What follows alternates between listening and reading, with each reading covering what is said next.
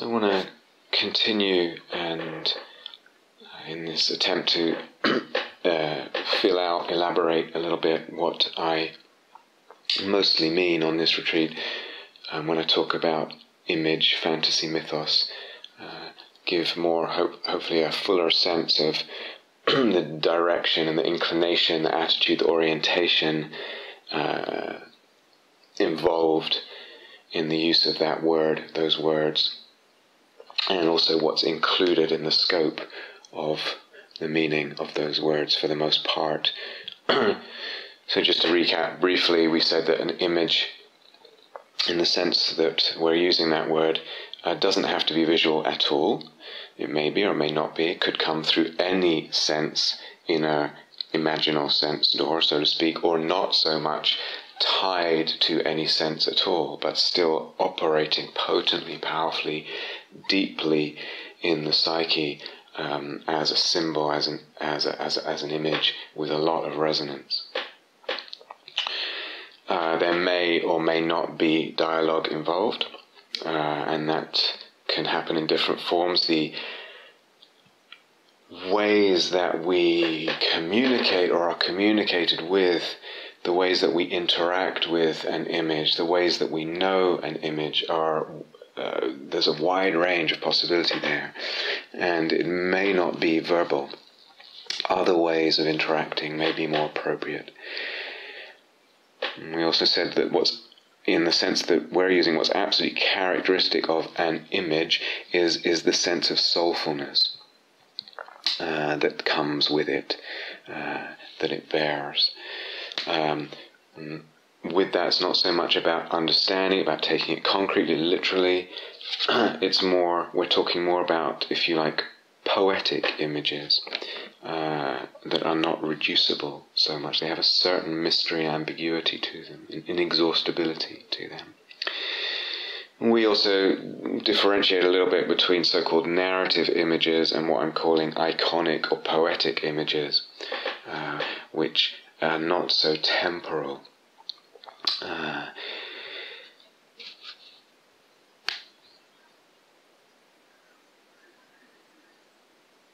We pointed out that images don't necessarily need to come in meditation, they can come outside. And they may be kind of more ethereal in their substance or more solid seeming in their substance. All this is fine. We probably, or often, rather, let's say, many images are in fact one-offs, but they may be connected to other images, so it's the same sort of constellation appearing in slightly different forms. Some are just one-offs, but generally speaking, images need repeating, or rather often they need repeating, to slowly absorb and with small movements, cumulative movements, allow a different sensibility and an opening of the conceiving, really, of self, of life, of world, and of practice. And then we talked a little bit about images sometimes having a kind of archetypal dimension to them, and seeming to have that whole richness, and other times not. And sometimes when they don't, it's still very beautiful, very healing, very powerful and important. But on this retreat, as I said, the inclination, what I'm trying to set up is a bit more interest, a bit more leaning towards the more iconic, poetic, archetypal images that are pregnant with soulfulness, or in our relationship to them, we create and allow this soulfulness, this soul making. And I'm going to talk a lot more about what I mean by soulfulness and soul making. So just to continue then, this word archetype, I will use it, of course, now and then, but in a way I prefer really the meaning of archetypal as an adjective, an archetypal image. But even that word really, I may not use it that much, we'll see, but really what it sums up is, and what's meant by that is a pointing to and inclining towards a sense, a view, an attitude to images that has to do with a way of seeing them, a way of conceiving of them, and a way of valuing of them. So it's less a category. And even when I say, it's rather than a universal category, it's something very individual. An archetypal image, in that sense, and it's just an adjective there, is individual. It's not the warrior archetype, it's this warrior that I see, that I'm interacting with in this image. Or this wanderer rather than the wanderer, or whatever it is. But really what's summed up in that word archetypal, if I do end up using it a lot on this retreat, is really this, or rather this collection of qualities and aspects and dimensions and values, so that it is individual and it is irreducible. We cannot reduce this archetype to something else, some smaller unit or component, and it is not in itself a small unit and component that we can then separate from other ones. And they're not so much functioning like that. Sometimes, especially in some streams of the Dharma, people really like those kind of explanations of things that chop everything up into simple units and components. Can be really helpful. So there's the aggregates, and there's the process of dependent origination in time, and these units and moments happening, and it's all fine, but it's limited to an extent, and as I will actually point out, it is not conducive to soulfulness. That kind of way of understanding things, trying to analyze things that way. But in this collection, if you like, of aspects or qualities that we're really pointing to when we talk about the kind of images that we're interested in on this retreat, is this irreducibility and this inability to be fully explained, to be fully interpreted. Actually, that word explain is explain, to make plain, to make flat, to flatten out. We're not interested in flattening out these images, rather the opposite. We feel them to be, when they're alive, these kinds of images, complex. They are complex. There's something elusive about them, elusive, in the sense I cannot quite fully grasp them or fathom them and their meaning fully. They're in a sense unfathomable, just like a person is in many ways complex, elusive, unfathomable, or an animal. And just like a person or animal, these images are alive. This is the kind of view of images, the relationship with images that we're wanting to encourage, or that one senses in certain images. Unfathomability, elusiveness, complexity, aliveness. They're alive in some way, and they have some kind of autonomy. They have a certain kind of autonomy. They're not just part of me that I can control.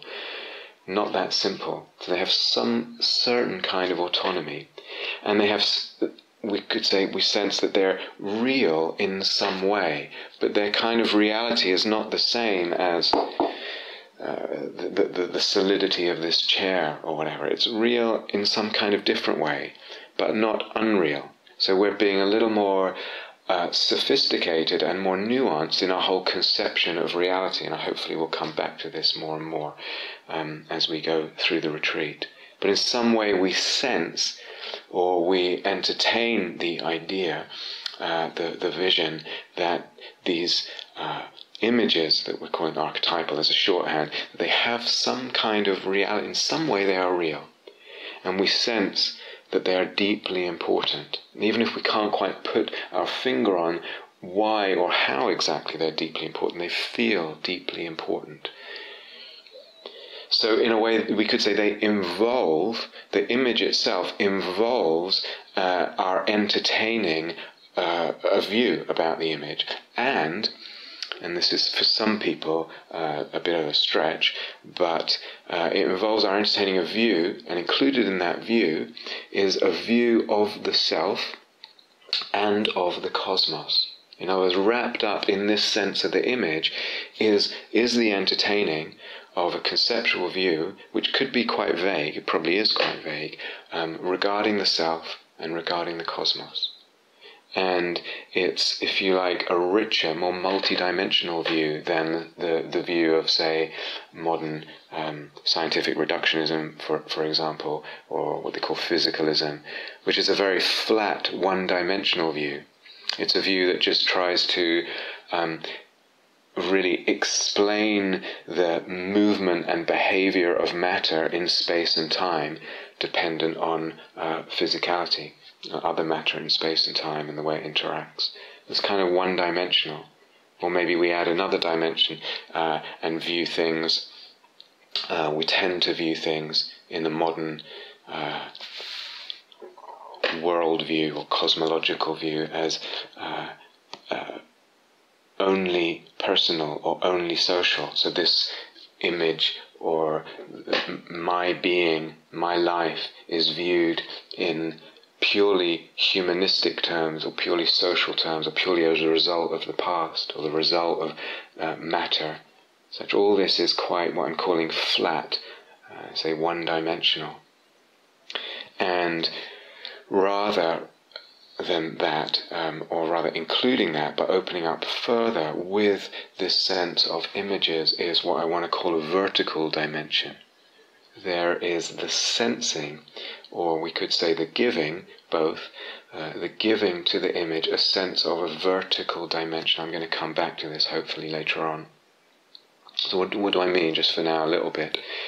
I mean there is a sense, or I'm entertaining the view, that this image, or my person, my personhood, or my life, the threads of my life, the soul events of my life, we're entertaining the view of vertical dimension, which means something like that this image, my person, my life and its soul events are mirroring or echoing archetypal figures, if you like, or we could even say divine figures.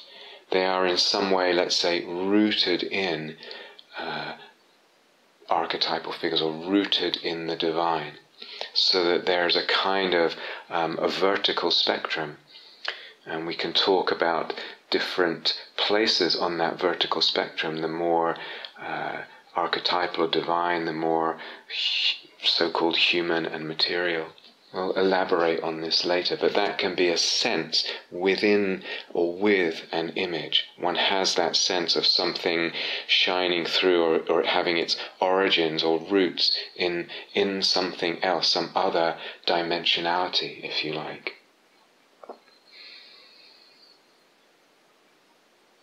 So that it's echoing, mirroring, or rooted or originating in that. It's as if the image and the experience of the image, or my being, my personhood, my life unfolding and its trajectories and events and all that in my personality is sort of existing, if you like, on different levels at once that are mirroring each other, echoing each other. Now, saying all that, and as I said, I'm aware that something like that might, for some people, feel like really, really a stretch, maybe. I'm going to come back to this, but really to emphasize, we are, in saying that, I am acknowledging and I'm recognizing, and for me this is important, that if we speak of gods, I realize I am creating these gods. Now, that's not usually how we think about gods, is it? I am creating these gods. The psyche is creating these gods. Now, this is interesting philosophically because most people will be either in the view, either something is real, and by real they mean objectively existing, independent of the mind, independent of the psyche, if you like, independent of the way of looking. Either it's real that way, in that objective, independent way, or we create them. And yet, is there another way of understanding that? Understanding of emptiness really, really helps, and other philosophical openings that are possible. But primarily, it's really the understanding of emptiness as I would understand it in its depths. To really understand, it's not this either or. that we can, so to speak, acknowledge and recognize that this is fabrication. We are creating these gods, and it doesn't mean they are unreal. In the Jewish mystical tradition, in a famous and very revered text, a huge text called the Zohar, somewhere in there it says, God, remember this is a ancient monotheistic religion, really, but it says somewhere in there in the mystical text, God is mystically dependent on humanity's liturgical praise and acts.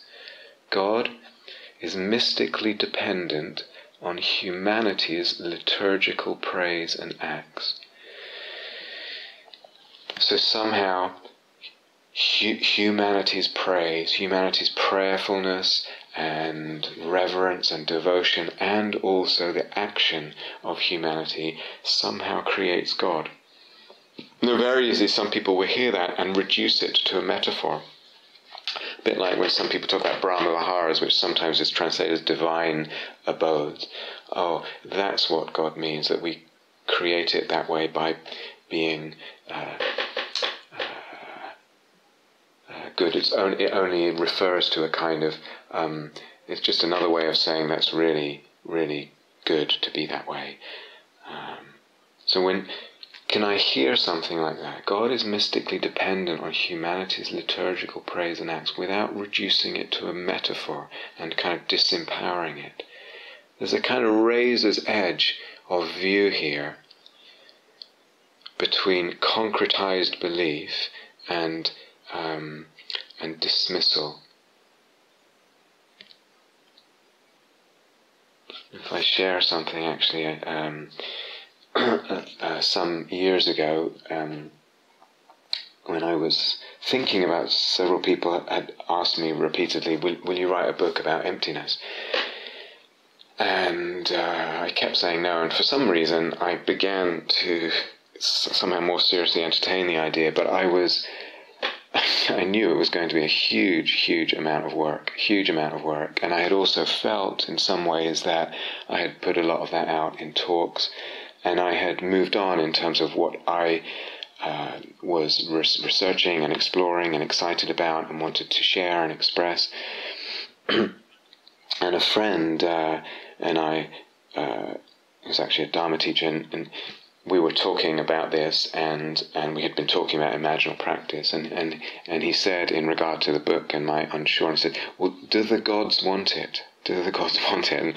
And the answer was, I don't know. I don't know whether they want it. I don't have any sense. I felt very ambivalent. I didn't know. And somehow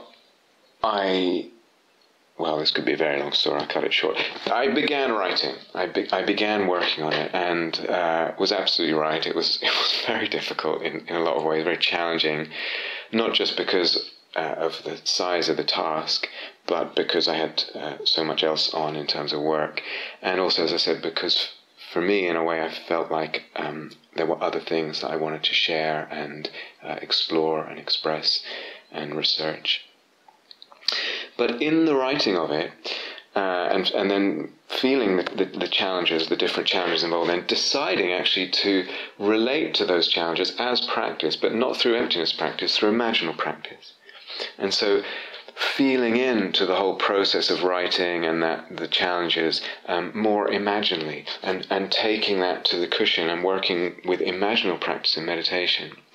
And somehow out of that came a sense of images in relationship to the book, a whole range of images, very lovely, very moving. And it's almost like the work and the attitude and the exploring and meditation created these gods, and then these gods fed back into supporting and encouraging and pushing, in some cases, the process of writing. So that what came first there was a kind of recognition that these gods that had a powerful effect on me, and if you like, guided and encouraged and supported and cajoled and pushed and prodded, recognizing that yes, and I create them.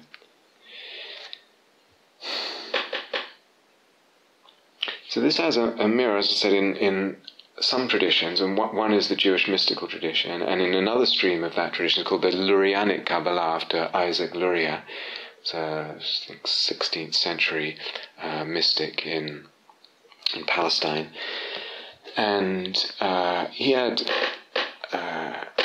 elaborated a system.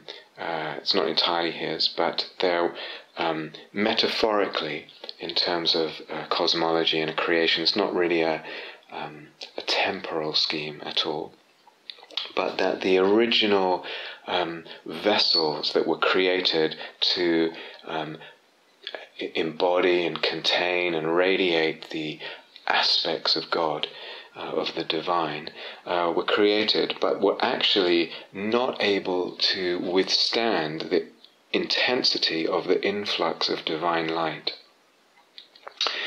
And so they shattered under the force of divine light coming into them. And they shattered into shards that were then scattered in the universe, or scattered in the universe. And part of, if you like, the task of consciousness of humanity is to recognize these shards of that contain divinity, if you like, and, so to speak, raise them up back to a kind of divinity. But in doing that, create new vessels. So not reconstruct the original vessels, but actually create new vessels, new, if you like, containers or aspects or faces of the divine. So this is what humanity does. So humanity, through our acts, our doing, more importantly even than that, through our perception and interpretation of self, other, texts, tradition, world, through acts and perceptions and interpretations, humanity, we are actually creating new vessels, if you like, creating new faces of God or new gods, new archetypes, if you like that. So that there's this recognition there that through action and through, again, everything hinging on perception, through perception, interpretation and ways of looking, that humanity is in some sense creating the divine and the faces of the divine, or we could say the gods. So if you know a little bit about philosophy, that's a different conception than the more Platonic idea of archetypes or ideas, where they tend to be quite fixed. There's no changing of them. And yet it's not a kind of postmodern nihilism. Just if we create things, everything's just meaningless and has no value whatsoever. So as I said, there's some kind of razor's edge here, which, if I can hold that line and balance there between this idea of either they're real or we create them, actually what's a razor's edge, what's a very thin line, opens up huge, huge expanses. So I am not the same as my gods and my demons, my daemons. They're not the same. Rather, they depend on each other. The self, I, my life, and my gods, my daemons, these figures that come to me, they give life to each other, they shape each other, they're dependent on each other. We could then say the image is never separate from the way of looking at it. It's never separate from the mind state, from the reaction to the image, the relationship with it, the conceptual framework that's being entertained in relationship to it. Or in Dharma language, the image, this imaginal figure, this god or archetypal image, whatever I want to, this daemon, is always dependently arising with the way of looking, with the mind state, with the reaction, with the relationship, with the conceptual framework. Or to say that in yet another way, it's not yet an image in the sense that I mean that word. It's not yet an image until the relationship with it comes alive in certain ways. So this character that I have in a dream, or this image that comes to me in meditation, is not yet an image in the way that I mean it until the relationship with it is alive in certain ways. And I may or may not be aware of having that kind of relationship with it. That's also really interesting.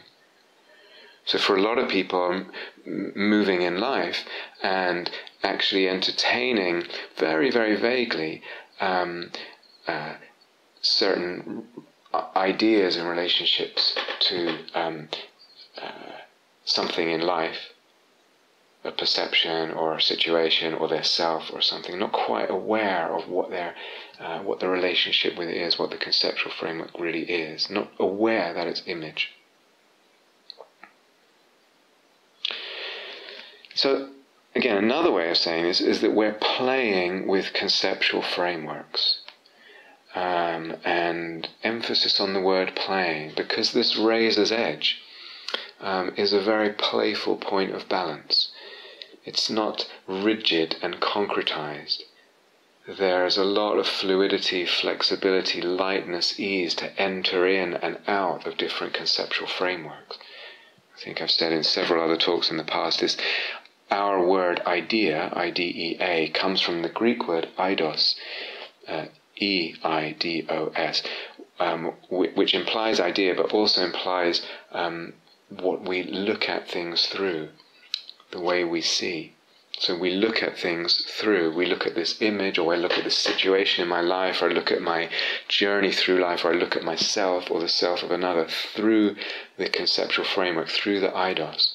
And with enough flexibility or deep understanding of emptiness, or philosophical skill, if you like, we can be free to play with different conceptual frameworks. And in this case, we're playing with the conceptual framework of, if you like, what if we do not dismiss this image as just the result of random neurological firing? So what if we don't dismiss the image? What if we don't literalize it? These are the opening of the conceptual framework. Is rather than saying, let's not close it down by dismissing it, by literalizing it. So if I keep having this image of a solitary wanderer, it means, oh, you should go traveling, you should go maybe take a walking holiday, go hiking in the mountains or something. Not necessarily literalizing it, playing with the idea of not literalizing it, not dismissing it, not interpreting it rigidly or narrowly as a sign. It means this. It represents that. So we're playing with what happens when I don't dismiss it, when I don't literalize it, when I don't interpret it rigidly as a sign.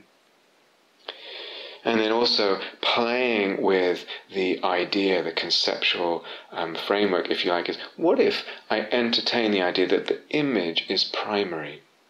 In other words, this image is not necessarily reflecting or expressing my history.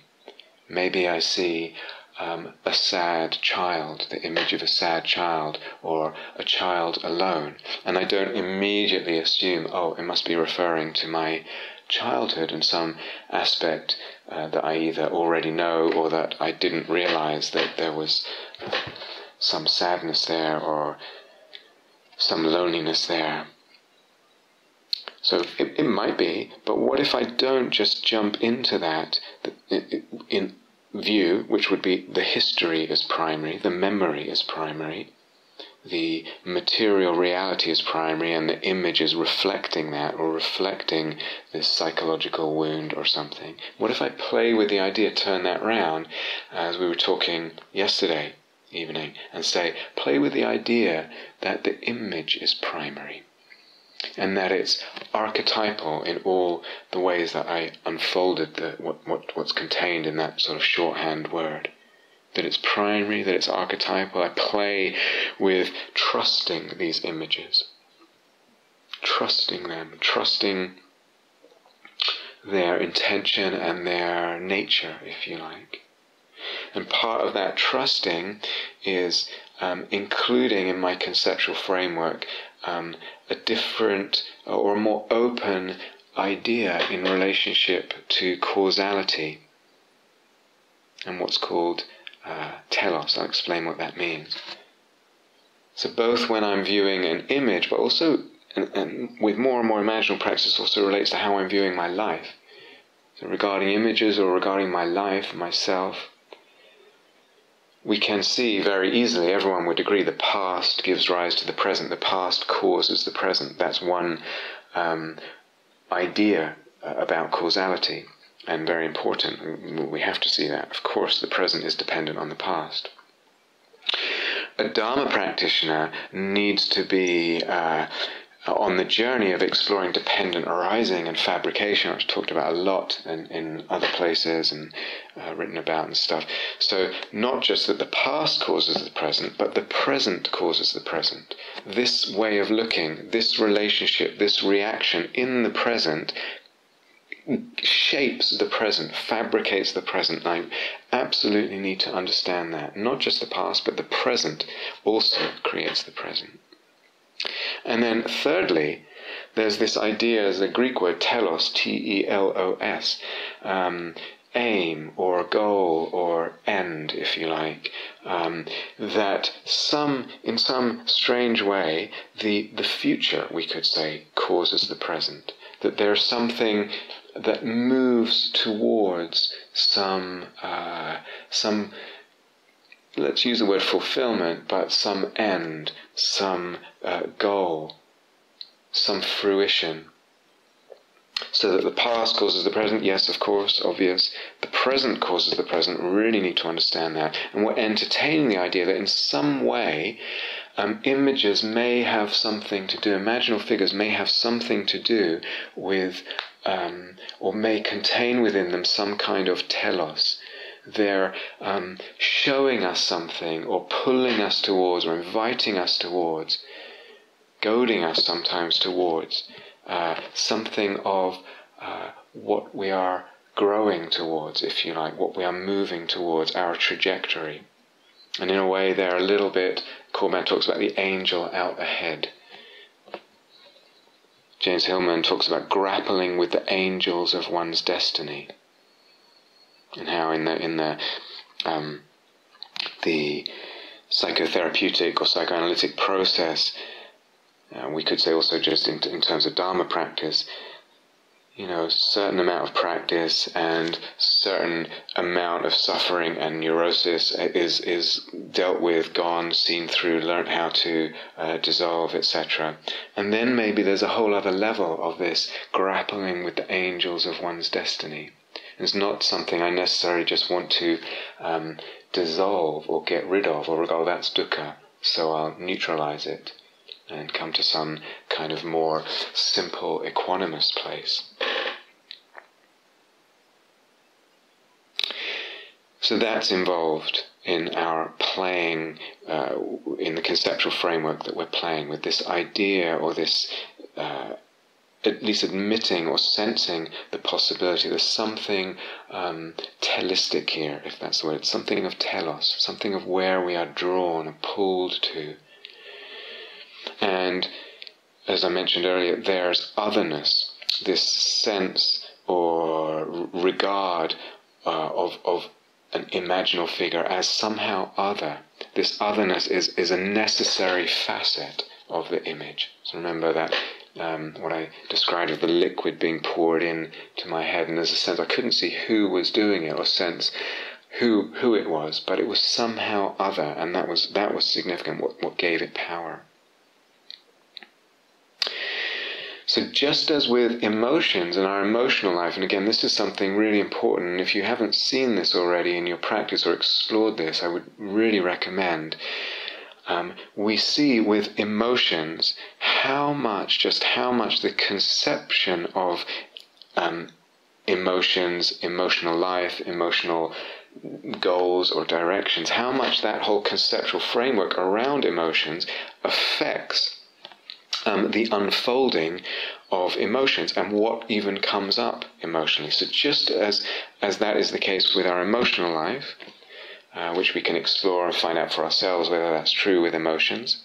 It takes a certain amount of courage, willingness, open-mindedness.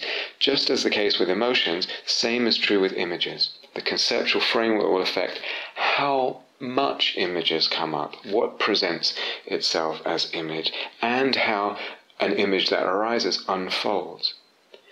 So the view that we have, the conceptual framework, we could say it stimulates, it inspires, it condones certain images, it accommodates and supports certain images, or not.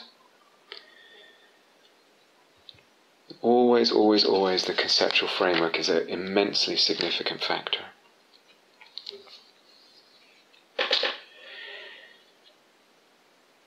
Okay, so a few more things. When we still talking about what's included in this, when we say image, it may be that an image is an actual myth. In other words, it's not just something arising just for us, but it may be, for example, the myth of Christ.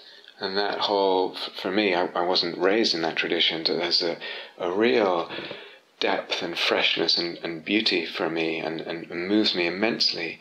I never felt oppressed by it or bored by it because I didn't grow up with it, I don't know. But that's if you like, a myth. All that with the crucifixion and the resurrection and the betrayal and the mercy, the beauty of all that. So it could be that myth or aspects of that myth are what we're meditating on. Or from another tradition, the myth of Horus, the falcon god, son of Isis in Egyptian mythology. I find a very, very beautiful myth. They are very complex, rich. Or from the classical Greek tradition, or perhaps more, I don't know, Eros, the myth of Eros and Psyche, the love affair of Eros and Psyche.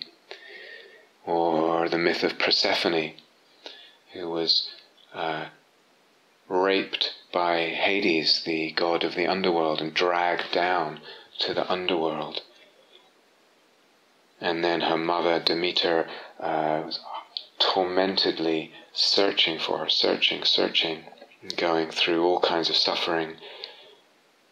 It's a long story, but in the end, Persephone lives half or some portion of the year in the underworld as queen of the underworld and wife of Hades, and some other portion of the year in this world.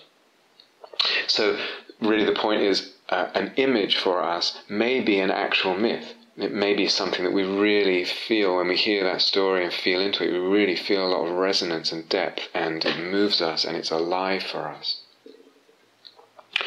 Actually, in those four myths I just mentioned, Christ, Horus, Eros and Psyche, and the myth of Persephone, one thing that's striking to me is how we can have a sense of understanding those myths. I understand sort of the allegory there, or what's being communicated to a certain extent. And yet they always retain, and maybe this is characteristic, as I said, of images and myths that survive and survive with potency for the psyche, is they have this mixture of I can understand, and also in different ways. There's not just a mono understanding that's possible. They're interpretable in lots of different ways, applicable to our lives in lots of different ways. But at the same time that there can be a sense of understanding or understandings, they always retain a kind of unfathomability. There's always this mystery. I cannot quite get to the bottom of everything that this myth or this image is pregnant with. So that's one thing to notice about those ones. The other thing is the mixture within that myth of redemption, if you like, and suffering. In the Christ myth, in the Horus myth, if you know it, beautiful. In the myth of Eros and Psyche, and in the myth of Persephone, they're not so simple in terms of the relationship with suffering and freedom from suffering. Now, I'm just saying that now. That's because that's so central in Buddha Dharma, this question of suffering and ending suffering. It's something I'm going to come back to. But often myths are not quite so simple in regard to suffering? That's actually a very complex question. Historically, some of you will know, some people come down on one side of that question, never let go of the suffering. The suffering is always given a place. And some people, for example, James Hillman, and some people will come down on the other side, that through skillful imaginal work, suffering is completely transcended. For example, someone like Henri Corbin. So I want to come back to that. It's a very important question. But an image for us may be an actual myth. That's completely fine. It may be also that a memory from our life can become an image for us. So again, what do I mean by image? It's not just, oh, I remember that because I can remember that's what happened. I remember that event in my memory, and therefore it's an image because it's a visual image in my mind. No, I mean an image in the full sense that I'm talking about tonight. This imbued with all that meaningfulness and depth and resonance and timelessness and everything that we've alluded to. So any memory. Sometimes, for example, certain, I don't know, it could be, for example, an erotic encounter, something in lovemaking, and just some moment in that becomes or comes, stays with us in a kind of timeless way. It's almost like it's transported or removed from the flow of time and exists for us, pregnant and beautiful and deep and mysterious as a kind of timeless image. That memory of something that happened in my life becomes infused with soul, or is infused with soulfulness, soul-making, and becomes image for us. Now, of course, memory is picked up and imbued with energy and significance when we're in the throes or the vortex of papancha, this kind of crazy ego proliferation mind that most human beings know very well. There's also characteristic there as often, or what can be, as a memory is picked up. There's a lot of energy and significance attached to this memory, but there's a difference there. This is really important. In papancha, everything is so damn literal. It just means what we think it means, and it's shrunken and small and concretized and literal. There's no soulfulness in it. There's no depth and resonance and beauty. The ego is very identified, is taken very literally. So it's all wrapped up in ego identity. It's very, if you like, lacking in other dimensionality, in this depth, etc., and resonances, timelessness, cosmology. And, of course, in papancha, there's contraction. Generally speaking, there's not an opening out of the psyche or the energy body. The energy body is contracted, the psyche is actually contracted. So very different than when memory becomes image. When a memory becomes papancha, quite a different experience. So it could be a myth, could be a memory. It's also important to point out that images can appear in stages or develop in stages. So this is actually quite common. Maybe over one, let's say, meditation session, you get a little bit, and then a bit more is added, and then a bit more, or over several sessions, or sometimes over really, really long periods of time. I mean, sometimes even decades, amazingly. So there's it doesn't necessarily all come at once. There can be a sort of stage-like process sometimes there.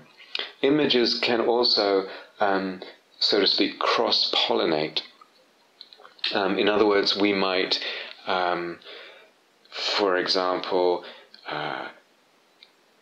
read something, or hear someone else's image, or see something, or someone, or read a myth, or hear a myth, and the image contained in what we see, read, or hear plants a seed, if you like, or becomes a seed, or maybe that becomes or joins an image that we already had, or gives rise, as a seed gives rise to an image for us, becomes an image for us, or joins another image that we already had and makes a kind of combination. These things are fertile, and there's a possibility of cross-pollination. That's not wrong at all. So an image can also be a person I know, as I've alluded to. It can be people we know or people we just meet. So this could be someone alive or someone dead. It could be someone famous or not. Could be a teacher, as I said. Again, we might know them or just know about them, so to speak. Where there is love and beauty and meaningfulness in a relationship, whether we've know this person directly or we know about them or we just met them, where there is love and beauty and meaningfulness and this sense of depth and resonance, then that relationship is then infused with us with image, fantasy, mythos. So that's just another way of saying the same thing, or recognizing. If this person, there's a lot of love and there's a sense of real beauty and meaningfulness here for me in depth, then that's another way of saying, look, at that time an image is alive and working in my perception of this person. And there's no problem with that. The relationship is infused with that, and it's beautiful and necessary. And as I said, sometimes it can be someone we just meet or just see on a film or something. One student was telling me they were actually quite down, and for a short period, and then they heard a woman speak. She was an activist, and they heard her give a lecture. I think it was even on the internet, on YouTube or something. I can't remember. And the depression lifted immediately.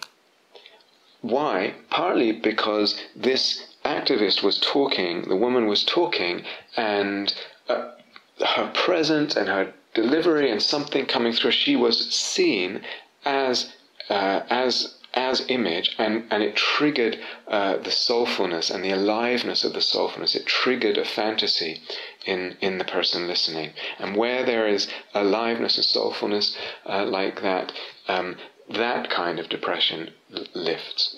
We come alive again.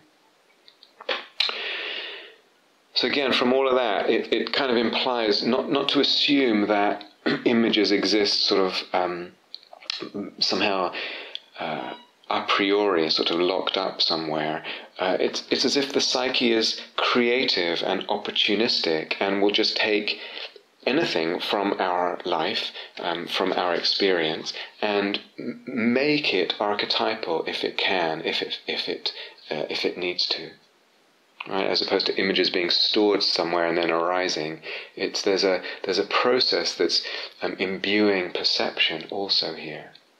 That's more when I tend to use the word fantasy as well. It's imbuing perception and the sense of life. And others can, for us, become, if I use another word, theophany. Theophany. Theophany. It means something like an appearance of the divine. So other beings, again, they may be teachers, they may be lovers, they may be friends, people we know or not, but through imaginal work, through sensing in and actually going with skillful imaginal work, sometimes other human beings for us can become, so to speak, I don't like the word because it has too much New Age connotations, but channels or faces of the divine. Henri Corbin speaks about the angelic function of beings. The angelic function of beings. So somehow There's so much richness and depth and resonance and beauty and meaningfulness in this relationship. Something is ignited there, sparked there in the soul, in the psyche, and through also oftentimes the eros. I'm going to come back to this whole thing. And they become for us somehow divine, somehow a face, a showing of the divine, somehow, if we like, angelic. So again, this ties in with what I was talking about earlier, alluding to the vertical dimension. It's as if we perceive that person materially and obviously human and a result of their past, and yet at the same time, without discounting that, we sense too, we have the impression too of other planes, so to speak, other, let's put it more accurately, levels of perception. Everything, as I said, hinges on perception, where we are able to perceive other levels of their being that are more, if you like, divinely rooted, or reflecting, echoing, mirroring the divine. It's coming through this being, their expression, their body, their speech perhaps, their love. We know that's a perception, and we know, as Dharma practitioners, we should know all perception is empty and fabricated. So there's something, again, more sophisticated philosophically here. It's a perception, it's empty, it's fabricated, and yet it has a lot of power. We're not saying that means it's not real at all. So this relates very much to Tantra practice as it's practiced in the Tibetan tradition. Practicing seeing this place or that person or one's own person as a Buddha, as a deity, if you like. And when actually the emphasis on practice, one's practicing seeing in a certain way. Actually, that's the way that Buddhas see in that tradition. One practices seeing this or that or all things as divine. We're going to come back to this and the interface with Tantra, the connections, the differences, etc. perhaps hopefully later, and all this business about theophany and levels of perception, vertical dimension. I hope to fill that out a little more later, just mentioning it now. But partly what I want to say for now is that through all this, life comes more and more. Life itself, experience itself, one's own narrative, this moment of experience comes to be seen as image. What is it to see life as image? To see it through that lens, to sense it through that lens, a different sensibility. Now this could be one's personal life. One sees one's personal life, as I said, one's narrative, one's personality, what one is called to express, the events of one's life. One sees that all as image. Something that could seem very mundane. For example, I remember studying one day, reading different texts, and then going to practice. This is some years ago, going to practice and looking for images, but then realizing, oh no, that the image that's actually alive right now is actually this day, or the portion of the day spent at my desk with these texts, trying to make connections, trying to open up horizons and paradigms, trying to absorb and learn from others and beautiful minds and hearts that I respect, and being connected with the tradition that way. That itself was image, was somehow sensed as image and infused with some kind of sense of divinity. The whole thing, me, the activity of studying, the tradition, the connection, the trying to open up ideas, etc., to push horizons, the whole room that I was in, my room, all that was imbued with this sense of theophany, etc. The whole thing it itself was image. So my life and all of that. So it can happen that way. Something very mundane gets imbued with a different sense of connecting if you like, with other levels. Could be one's personal life, as I said, could be something more universal or cosmological.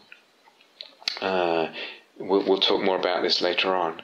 As I said, looking around and seeing in tantric practice, seeing this space right now as a Buddha realm,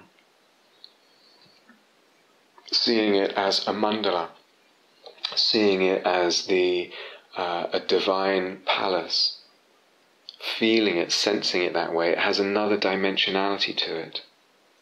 There are all kinds of possibilities there. We'll come back to this. So the point is, eventually life can be seen as image more and more, or in and out of that perspective. And that could be just in relation to one's personal life, or more in relation to life in the sense of universal life around one and this world, or a mixture of the two.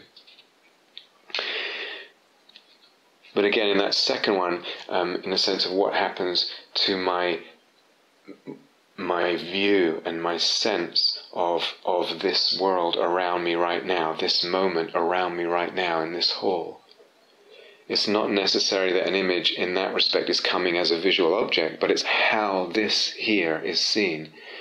The way of looking at it renders it, or sees pregnant within it already, mythos, fantasy, sees it, feels it, senses it as image with everything that means. Not some other thing appearing spontaneously out of the psyche or deliberately, but this moment now seen as image, felt as image. And this is important in all kinds of ways. Well, one of them is just a recognition, there's an insight here. We need to recognize, and with practice it's possible. Image, fantasy, mythos is actually in sense data. It's woven into perception a lot of the time. Maybe not always, but in the senses that I'm using it, a lot of the time, it's woven into the sense data. It's not so much added later on.